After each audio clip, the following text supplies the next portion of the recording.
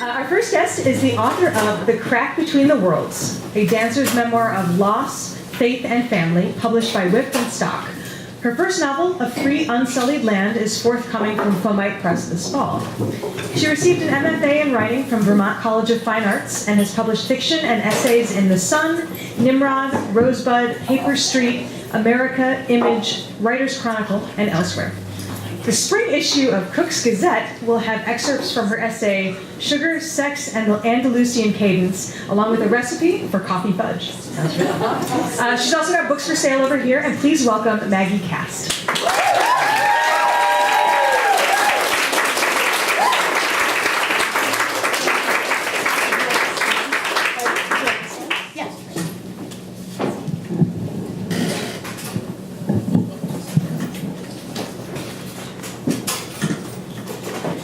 Thank you, Eden, and special thanks to Eden and Andrew for keeping this wonderful, lively reading series going 82 times.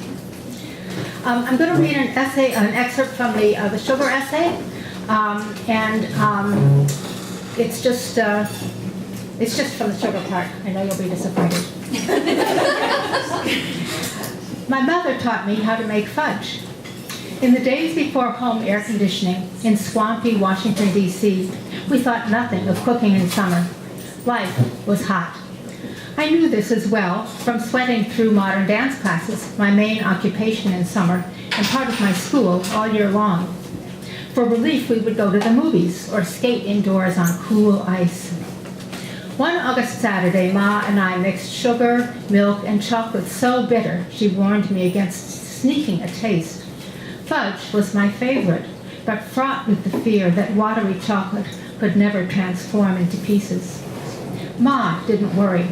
If fudge failed to harden, she'd put it on ice cream, where cooling strands of the sauce would become chewy contrast to ice cream smooth cold. We set the pot on the stove, hoping for sharp-cornered shape-holding squares, then put water and ice in a glass in the fridge. After a while, we spooned drops of syrup into the water. This time-honored test for the doneness of syrup depends on the texture of a cold candy ball. It should form but be soft at temperature 236, be firm at 250. Our syrup unfinished, it dispersed in the water, sad waste. We washed out the glass and filled it again. Ma was patient and cool while I watched the slow bubbles rise, steam reddening my face. The next time we checked with our ice water glass, the drops sank, but kept their own shape. Gathered together by small, sticky fingers, they made a soft ball. Popped into the mouth, it did taste like watery fudge. Ma took the pan off the stove, then waiting, as long as the night before Christmas. The fudge had to cool to just above warm, like a bath or a drink for a child. I disappeared into my room. Ma must have kept track of the time and the pot, for she always remembered to call me before the candy and the work got hard. Now we took turns, beating and swirling the sticky stuff, watching for the fade of its shine, the first sign of crystallization's cascade, the return of the syrup to solid. Never, it seemed, as the syrup grew thicker, our arms so tired, sweat wetting our shirts. Just when doubt exhausted my patience, the syrup began to look flat, seized up and slumped like lava descending a mountain. Ma gave one last stir and then scraped it into the pan I had greased. "Press it down," she said, "with your hands." Overcoming my fear of imagined heat, I pressed with my knuckles, and we both beamed. Now the candy that stuck to the pot had also turned hard, and I was allowed to scrape it and taste. The grainy texture compounded the mouth-filling rush of sweet and the soft-edged comfort of chocolate. With no added glucose, our fudge contained crystals larger than in the industrial sort, and ours is the kind that I loved then and still do. Faith in my mother confirmed. I cut it, still warm, into squares and served it to family and friends. Food was the music of love in our house, and it transmitted warmth that Ma couldn't otherwise show. Her assurance worked as a veil of detachment, her calm a cover for sadness and doubt. I didn't suspect anything of the sort at the time.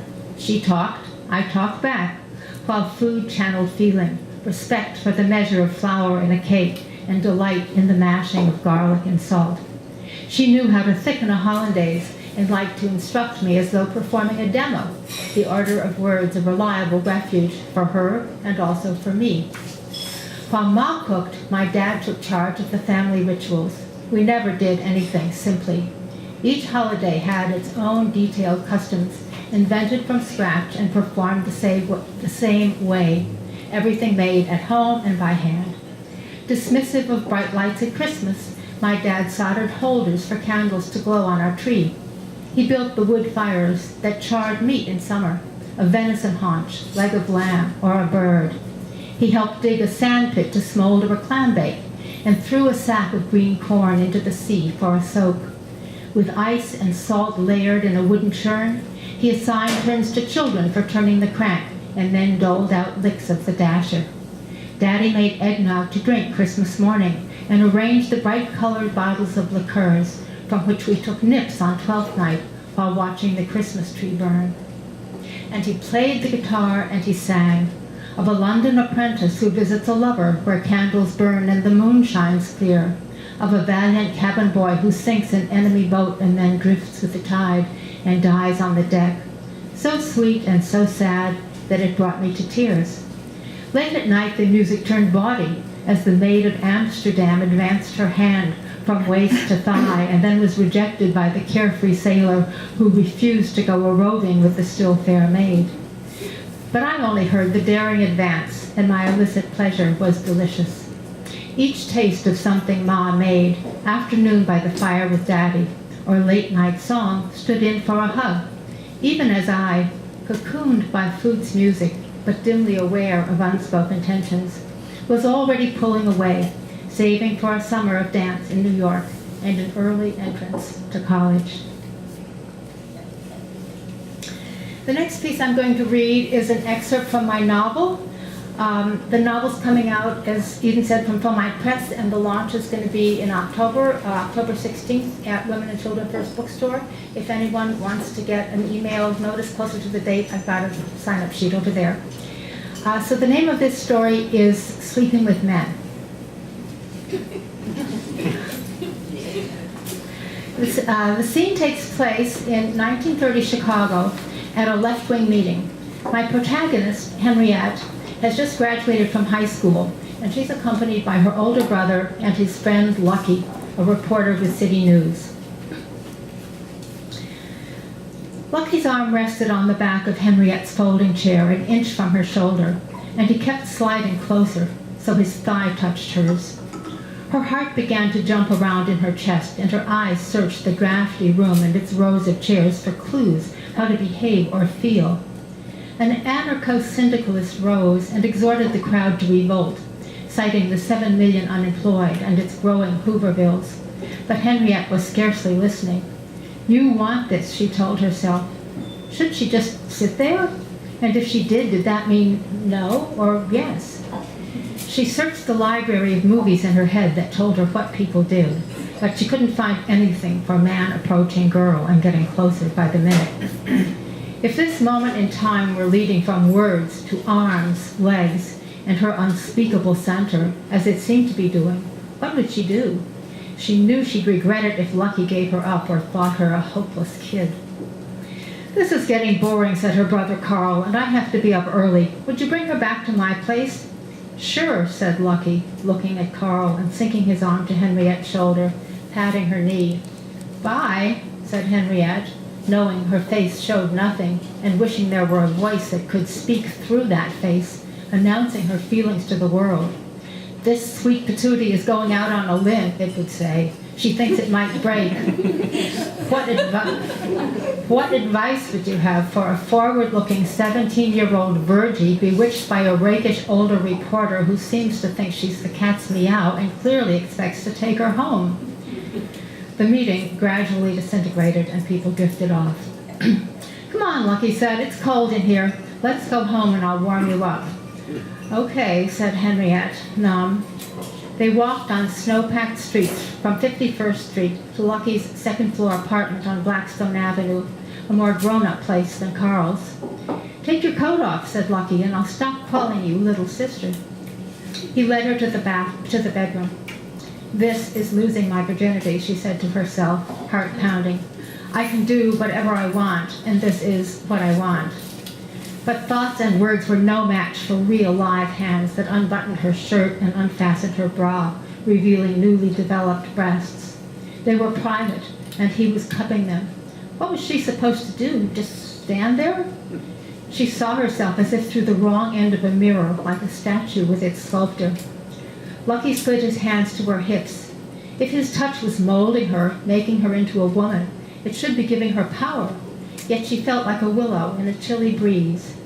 He unzipped her plaid wool skirt and let it fall to the floor, and she stepped out, then shivered as he pulled down her underpants. He led her to the bed, pulled down the covers and covered her up, then quickly undressed himself. She lay stiff, feeling cold and sweaty. Before he turned out the light, he looked over at her, rubbed her cheek with his knuckles, and said, "Hey, girlfriend, don't worry.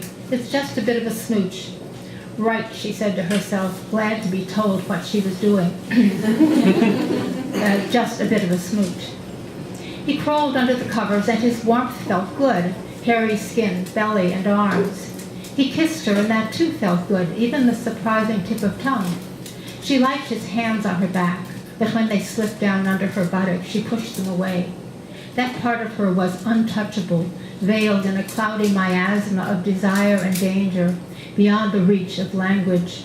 She would not be reduced to appetite, a beggar out of control, placed at the mercy of a man who was after his own satisfaction, crude and greedy. Lucky pressed her closer. If only this were over, a fait accompli, one of many things at which she'd succeeded. Now she named each new perception, placing it in her world of known things. "That's his prick poking me in my stomach.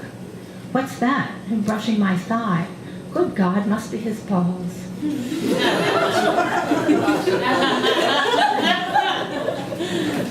He rolled on top of her, and no word seemed suited to the ridiculous situation in which her stony body found itself, invaded. If she felt pain, she ignored it. But Lucky's ragged breathing and accelerating pace, his convulsive climax, his collapsed weight on her chest, and the slow trickle between her thighs made him seem like an avatar of some ancient cuisine, some ancient creature. Sorry. A throwback to times before Victrola records or food in the fridge, before art on the walls or books on the shelves. And she thought of her parents' household, imagining its orchestrated meals and verbal quarrels replaced by frantic fights for food and fisticuffs. She curled into a ball away from him and shed a few silent tears, then determined to rise above this primitive level as far as she could go, up and up. She didn't know if she slept or not, but she woke fully in the chilly dawn. The melody of a Mills Brothers song began to play in her head, and she hummed along. "I'll be glad when you're dead, you rascal, you. I'll be tickled to death when you leave this earth, you dog." Then, with a regal sense of triumph as she rose and dressed, "I'll be standing on a corner high when they bring your body by. I'll be glad when you're dead, you rascal, you." Up, up, and away. Without waking Lucky, she let herself out and hurried back to Carl's apartment. She left the experience far below, naming it intercourse. And later, when it multiplied, it became sleeping with men.